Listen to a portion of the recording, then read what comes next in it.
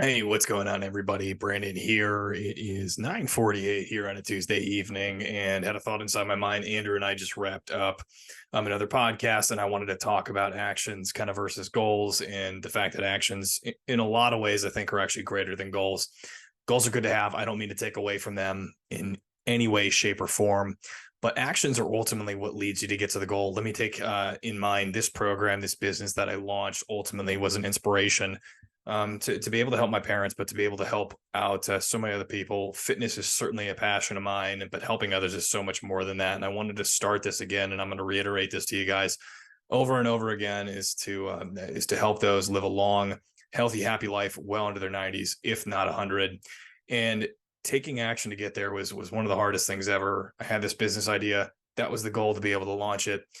But doing the things along the way, filing the LLC, getting the podcast up on Podbean, getting people to collaborate with me on these podcasts, designing the site, launching the site, editing the site, getting feedback on the site, having my wife film me do the movements, was all the actionable stuff to be able to get here. And the concept took 2 years in its time.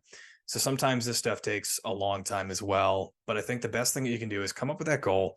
After that, make a whole list of items that are going to help you get to said goal. And then as quickly as you can, start to check those things off as much as possible. The goal doesn't need to be fitness. All right.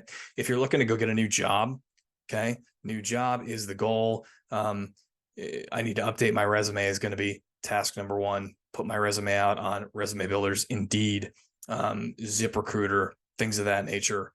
Schedule interviews, do follow-ups on the companies that have talked to me or reached out to me, complete the interviews, follow up after the interviews, think about an offer, think about the salary that I need to do, accept offer. You kind of get my point with this. Or even going on a more simpler, maybe not simpler, but personal is trying to find my wife or trying to find my husband on there. Create a dating profile, reach out to my friends to see if they know anybody that I could go on a date with, go on said dates, follow up on said dates, figure out a decision whether or not I want to pursue this person, pursue that person, so on and so forth. You guys get the picture.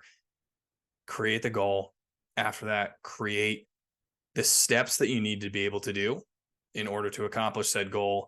And then as quickly as you possibly can, start knocking those things off. And that's going to allow you to get to that goal way faster than simply just having a sticker up on the board that says, I want to create a business in order to help people live a long, happy, healthy life into their 90s, hopefully 100.